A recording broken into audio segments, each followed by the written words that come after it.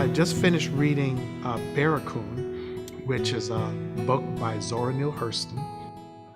Just such a profound anthropologist of the early 20th century. African-American woman whose story in some respects has been told on screen. Halle Berry took one of her books and made it into a film, Their Eyes Were Watching God. One of my favorite books of hers is The Sanctified Church.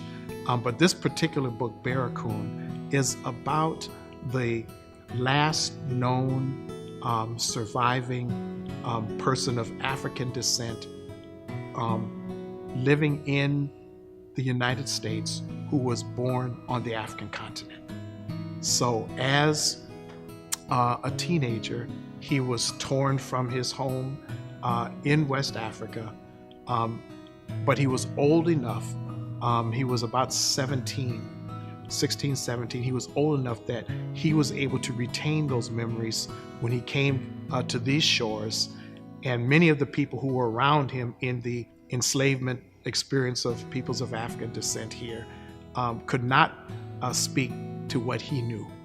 And so as an anthropologist, she learns about him. He's living in the Deep South.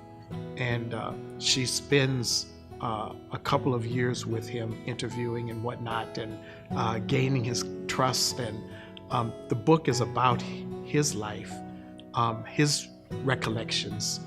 And it was a book that was largely lost.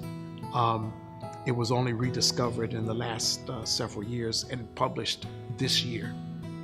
Yeah, so it is a profound excursion into the witness and the walk of a man who was able to literally give us a firsthand experience, not only of what it was like to be a young person in Africa at the time of his journey, but what it was like to experience the horrors and the terrors of being transported across what we call the Grandy Waters, the transatlantic experience in the bottom of a slave ship, and then his experience on slave plantations, and just an amazing journey of faith and hope and strength and belief in what succeeding generations would be able to do for the betterment of humanity, because he had experienced so many of its atrocities.